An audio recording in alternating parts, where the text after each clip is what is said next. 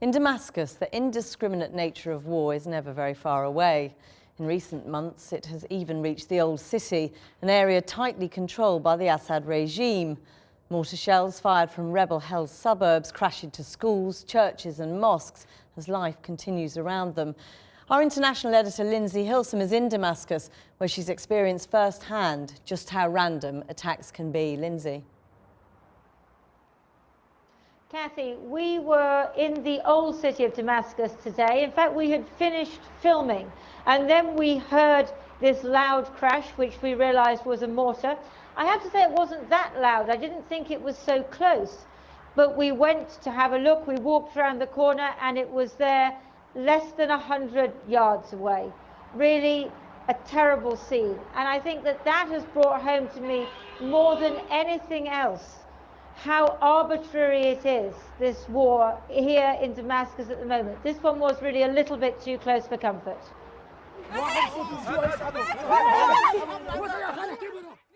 Panic and fear makes them push and shove. People are dead, others wounded. They need to get them to hospital without delay.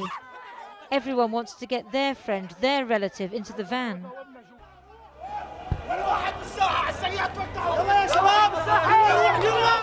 The mortars just landed in the square outside the Umayyad Mosque. It's not clear yet how many have been injured. Our van has gone to take them to hospital.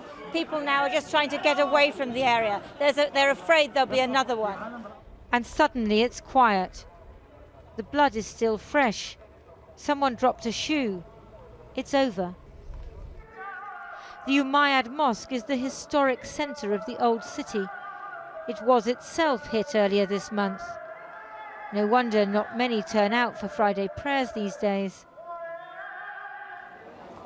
Just yesterday, we were a few yards up the road at the Bakdash ice cream parlour.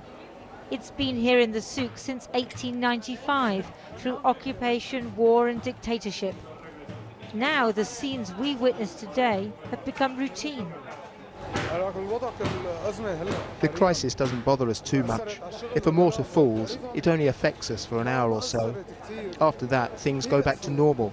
The next day, it's as if nothing's happened. So many funerals these days. 6 months ago, the war was something happening somewhere else. No longer.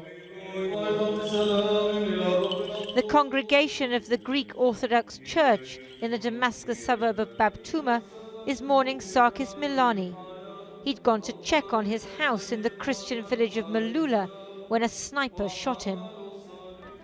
They carry the pictures of those they've lost, including 9 children killed when stray mortar rounds landed on their school and the school bus.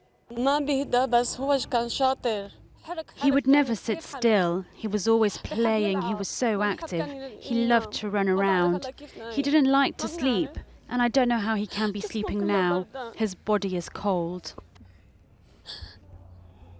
Why him? Why her? It's the random nature of the conflict that terrifies. Of course people are frightened. They're always frightened. If it's not today, it's tomorrow. They've been afraid for 6 months now. Every time you leave the house, you don't know if you'll come back. The late President Hafez al-Assad, the current president's father, surveys the neighbourhood of Jeramana. It's calm, nothing like the rebel-held suburbs that the government besieges and pounds every day. But a pothole is more than a pothole. It marks the place where Samer Abdelhana died, killed by a mortar, presumably fired by the rebels. His family have made a shrine to him at home. His widow goes over what happened time and again. He said, "I'll only be 10 minutes. There's something I have to do in the office, and then I'll be right back." We're waiting on him to have lunch. Back in the old city souk, people meet their friends and go shopping. You can't stay at home all the time. Christians, Muslims, Druze, they look to God for answers, because there's really nowhere else to find them in Damascus now. Well, we learned that in the end, 4 people were killed in that incident this morning and 26 were injured. We don't know exactly whom, but I can tell you that they were civilians and they were just people walking around in the old city and in front of the mosque. Lindsay, do the mortars fired into Damascus give the rebels any strategic advantage? It's very hard to see that they do.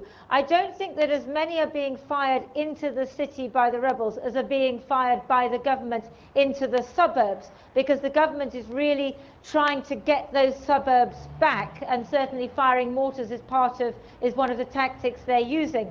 If the rebels are hoping that this will make people inside the city turn against Bashar al-Assad, I don't think that that's working.